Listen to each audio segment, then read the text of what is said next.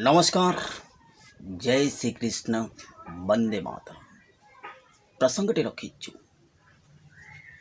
जे संपूर्ण निया पेंडुलारे परिणत होइजिब पृथ्वी। कमिजिब शीत, कमिजिब वर्षा, बढ़िब खरार अविधि। अथच खरा बहुत समय पर्यंत आपण माने फील करिवे। आपण माने 2024 मसीहारू ही अनुभूत करिपारुथिबे ए जिनस गुड़ाक। तेणुकरी मनुष्यकृत कर्म जोगु पृथ्वी उत्तप्त हेब एवं वायुमंडल रे भरीजिब कार्बन डाइऑक्साइड। ताको प्रतिरोध करिबा पई आम पाखरे कोनोसी किछि उपचार नथिबो, कारण आमे एते मात्रा रे पृथ्वी के प्रदूषित करि देई सारिछे। भयानक संकट कहा जाइछि फास्ट एवं लास्ट वार्निंग। आमे कही देइथिलु जे विमान सेवा बंद होइजिब। जो माने ये युद्धर जदि ईरान, सीरिया, कतर, इजराइल ये जदि इन्वॉल्वमेंट होती, जो भारतीय नागरिक अच्छा से माने तुरंत पलि आसवा दरकार।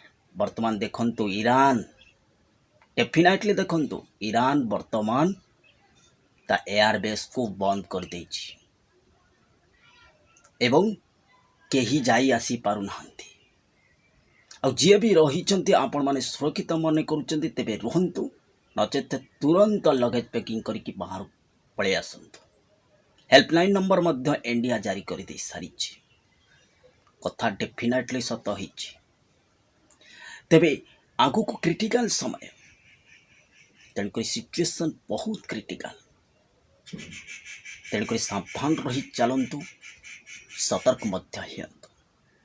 आपण मानक एक कथा मध्य कहि रखुछु, मैं काली पूर्वरु आमे वीडियो बनै पाइलु नाही, कहीं ना काम थिला बोली खाली गोटे शॉर्ट वीडियोटे बनै थे।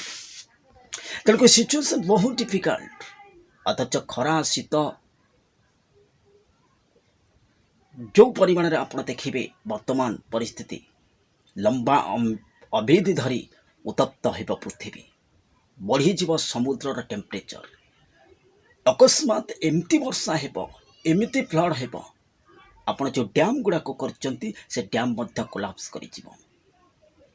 आमे कहिथिलु अनेक ब्यारेज भुसुड़िबा सहित अनेक डैम मध्य भुसुड़िब। 2024 मसीह देखंतु कथा सत होइछि। भारतर परस्टी नेपाल रे देखंतु परिस्थिति कौन है। 22 ट्रीज कोलाप्स करिगला गोटे दिन रे। एकदम कथा सत होइक रहला। आपण माने देखंतु जोटी हेउची हेउची आ जोटी नाही नाही। देखंतु अक्टोबर मास हेलाणी किंतु टेम्परेचर कमु नाही। तेणुकरी आगो को सावधान, कारण जो माने कहउचंती किछि हबनी हबनी आपण आखि सामना रे देखंतु। आखि बंद कले आपण को अंधकार ही केवल अंधकार देखा देबो। आखि खोलिले तुमको सूर्य किरणर आलोक देखा जिवो। आपण अंधकार भीतर रहिचंती, तेणुकरी आपण को किछि जଣା पड़ु नाही।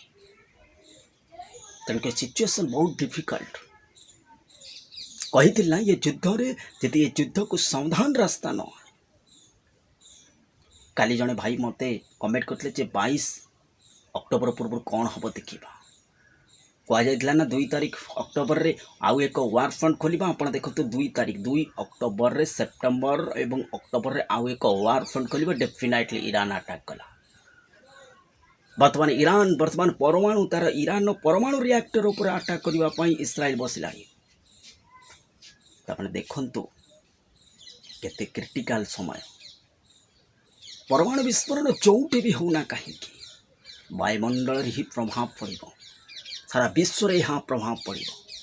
एवं तेल संकट आम पूर्व आलोचना करथिले ना जे तेल भारत सरकार मौजूद रखंतु। वर्तमान इस्राएल देखंतु ईरान तेल डिपो पर अटैक करिबो बोली वर्तमान मन स्थिर कर साइलानी। ये युद्ध केते लंबा हेउछि आपण माने देखंतु एवं केते डेफिनेटली केते भयंकर रूप लेउछि। अक्टोबर, नवेम्बर, डिसेम्बर, अक्टोबर 2024 नवेम्बर डिसेम्बर वेरी क्रिटिकल समय। आम तो पूर्व कही सारी गोटे बात्या हेब। କିନ୍ତୁ କେତେ ଶକ୍ତିଶାଳୀ ହେବ ତା ଉପରେ ଆମେ ଆଲୋଚନା କରିନୁ। କିନ୍ତୁ କୁହାଯାଇଥିଲା 14ରେ ଗୋଟିଏ ଲଘୁଚାପ ହେବ ଏବଂ 14 ଲଘୁଚାପଟି ଆପଣମାନଙ୍କୁ ସତର୍କ ରହିବାକୁ ପଡ଼ିବ। ଅଥଚ 14 ଲଘୁଚାପ ଇଣ୍ଟେନ୍ସ ହେବ, ଭୟଙ୍କର ଘନୀଭୂତ ହେବ। ଏବଂ କଥା ଦେଖନ୍ତୁ 14 ଏକ୍ଜାକ୍ଟଲି ସେଇ କରେକ୍ଟ ଡେଟ୍ ସତ ହେଇକି ରହୁଛି। 14ରେ ଲଘୁଚାପ କ୍ଷେତ୍ର ସୃଷ୍ଟି ହେବ ହିଁ ହେବ। ତେଣୁକରି ଦେଖନ୍ତୁ, ତେଣୁକରି ଆପଣମାନେ ସଜାଗ ରୁହନ୍ତୁ।